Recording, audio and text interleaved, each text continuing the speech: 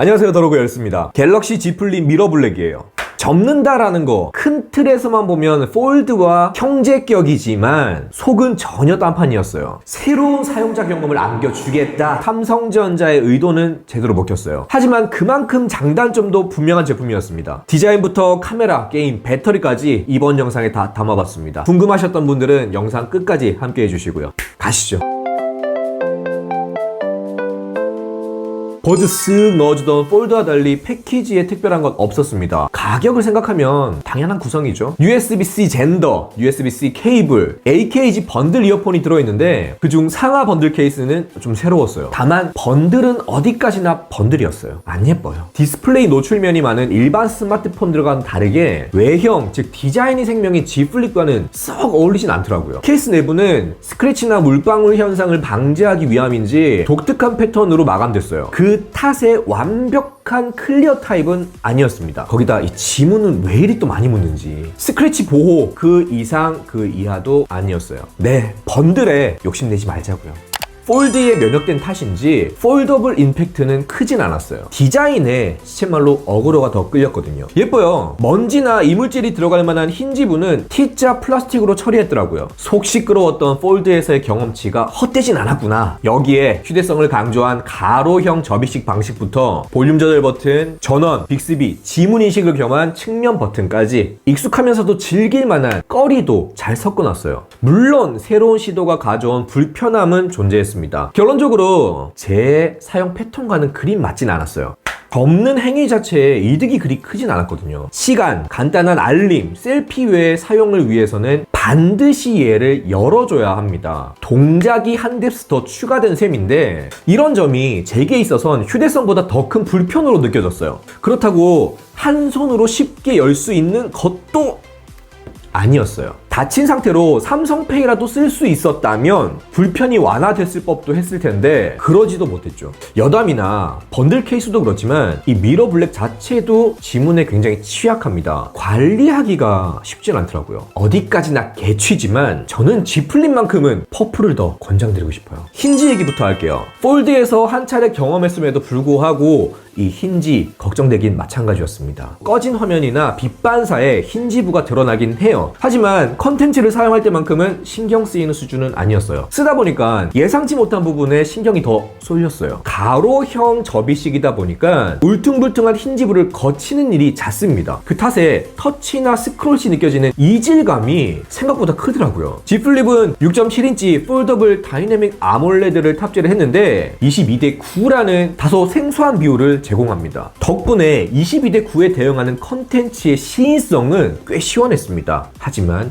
모든 컨텐츠가 22:9에 대응하는 건 아니었어요. 유튜브가 대표적이죠. 정상 비율로 감상할 때 측면 렛터박스가 더 두드러지는 현상을 보였습니다. 그렇다고 화면을 다 채워서 보자니 일반 스마트폰도 마찬가지지만 화면 크롭은 감수를 해야 했어요. 그래서 사용하는 동안 22:9로 다 채워서 본 적은 거의 없었던 것 같아요. Z 플립은 메인 디스플레이 외에 커버 디스플레이도 있죠. 감초 같은 역할을 합니다. 꽤 편했지만 메시지나 컨텐츠 확인에 있어서 제약이 많았어요. 말 그대로 알림 체크용 정도로 쓸 수밖에 없었습니다. 그 외에 메인 및 커버 디스플레이는 전반적으로 실내 사용에 부족함 없는 밝기였고 시야각에 따른 왜곡도 없었지만 폴더블이다 보니 일반 스마트폰과 비교 시 최대 밝기나 야외 시인성, 내구성은 다소 떨어지는 편이었습니다. 어떤 분들은 들뜸이나 시인성을 위해서 보호 필름을 피하라고 하시던데 제가 써본 바 얘는 보호 필름 반드시 하시는 게 좋을 것 같아요. Z 플립 카메라를 쓰면서 와, 얘 쓸 데가 많구나. 제일 재밌는 파트였어요. 30도, 90도, 120도 스크린 분할 기능 활용법이 꽤 다양했거든요. 비율에 맞게 22:9 비율로도 촬영할 수 있어요. 그 흔한 트리플 카메라는 아니지만 광각, 초광각으로 웬만한 연출이나 앵글 다 소화할 수 있었어요. 주간 이미지 품질은 나무랄 것이 없었습니다. 반면 화각에 따른 저조도 이미지의 갭차는 좀 보였어요. 초광각에서는 확대를 해서 보면 선야도가 무너지거나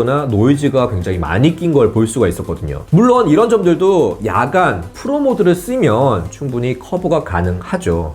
참, 프로 모드에 있어서 90도 스크린 분할 기능 굉장히 만족스러웠습니다. 삼각대 도움 없이도 카메라 고정 및 앵글 확인이 가능했거든요. 적당한 높이의 울타리나 물체만 있어도 야간 장노출 촬영 그리 어렵지 않았어요. G 플립을 쓰면서 개인적으로 제일 마음에 들었던 부분이었어요. 뿐만 아니라 혼자 사진, 영상, 라이브 스트리밍도 마찬가지예요. 30도, 90도, 120도 각에선 지지고 볶고 다 할 수 있겠더라고요.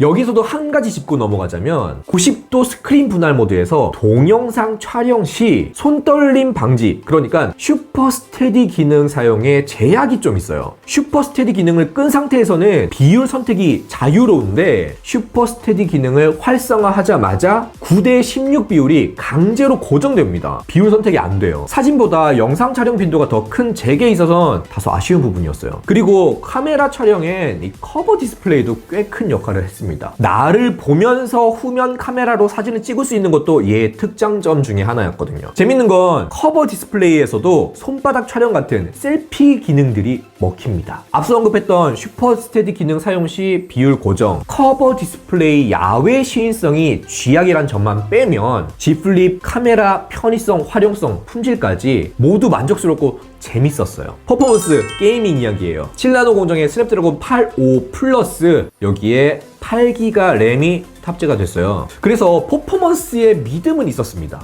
리니지 2M, 아스팔트 9, 검은 사막, 배그 모바일과 같이 고사양 모바일 게임으로 테스트를 해봤어요. 스냅드래곤 865를 탑재했던 S20 울트라에서는 테스트한 모든 게임들 거의 프레임 드랍이 느껴지지 않을 만큼 쾌적한 플레이 가능했었죠. 얘도 마찬가지였어요. 약간의 체감차는 있었지만 그에 못지않은 원활함 보여줬거든요. 리니지에서 마을에 귀환할 때나 배그에서 낙하산을 타고 떨어질 때, 새로운 공간으로 이동할 때 그 찰나의 순간에 발생하는 끊김들, 가끔 프레임 드랍을 보이긴 했지만 테스트한 모든 게임들 아주 스무스하게 플레이할 수 있었습니다. 한 가지 주목할 점은 다수의 게임이 22:9에 대응하는 듯 보였으나 완벽한 대응은 아니었다는 점이었습니다. 22:9를 다 채운 듯 보이나 군데군데 크롭된 부분들도 확인되시죠. 실제 플레이 화면에선 렛터박스가 생기는 게임들도 있었습니다. 비율, 시인성, 게임 퍼포먼스만 놓고 본다면 초고사양 모바일 게임에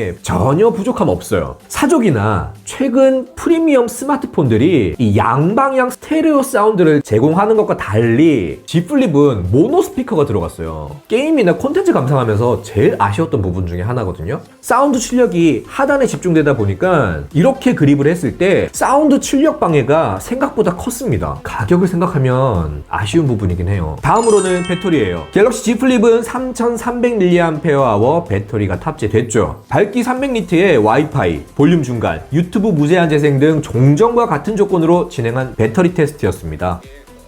하나, 둘, 셋.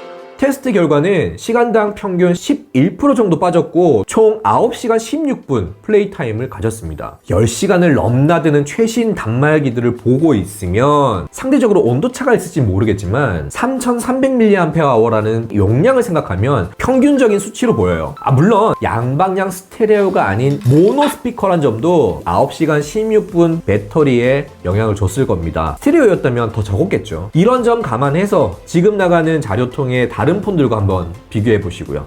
아이폰이나 갤럭시 시리즈도 그래요. 너무 정형화된 스마트폰들이 계속 출시되다 보니까 재미를 못 느꼈거든요. G 플립은 새로운 자극제가 되긴 했어요. 장점을 정리해보자면 플립, 하프 플립, 언플립 모드, 그러니까 90도 스크린 분할 기능의 역할은 분명했다는 거. 특히 90도 각에서는 카메라와 궁합이 굉장히 좋았다는 점. 큰 이슈 없는 마감, 감성 돋게 하는 디자인, 거기다 용량 대비 준수했던 배터리 타임 정도는 꼽을 수 있겠네요. 반면 G 플립에서 강조했던 휴대성이나 편의성은 어중간했으며 충격과 스크래치, 굴절에 약한 디스플레이는 여전히 폴더블이 풀어야 될 숙제처럼 느껴졌어요. 양방향 스테레오가 아닌 모노 스피커라는 점, 컨텐츠 몰입감을 떨어뜨렸고요. 끝으로 그 흔한 트리플 카메라가 아니었다라는 점도 아쉬운 점으로 꼽을 수 있겠습니다. 있는데 안 쓰는 거랑 없어서 못 쓰는 거랑은 차이가 크잖아요. G 플립 재밌어요. 만족스러웠고요. 하지만 방출할 것 같아요. 여튼 G 플립 관련해서 궁금하셨던 분들 이번 영상 통해서 그 궁금증 해소해 보셨길 바라겠고요. 그럼 전 다음 영상에서 뵙도록 할게요. 지금까지 더로그 열쇠였습니다. 빠이! 이게 한 손으로도 잘 안 열리더라고요. 요게 요렇게 하면 이제 한 손으로도 열 수 있는데 어느 세월에 이거 닫고 열고 하고 있겠어요, 요게. 예. 옛날에는 옆에 탁 열면 요게 빡 열리는 요런 기능도 있었는데 그런 거 들어가면 좋을 것 같은데, 요게.